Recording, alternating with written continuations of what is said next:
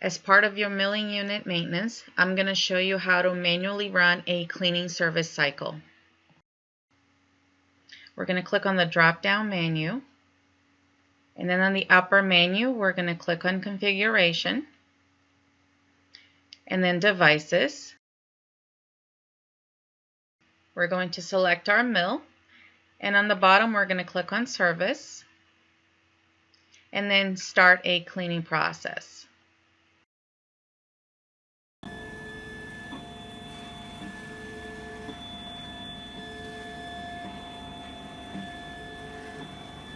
And you can run this as many times as you need to help you maintain your unit.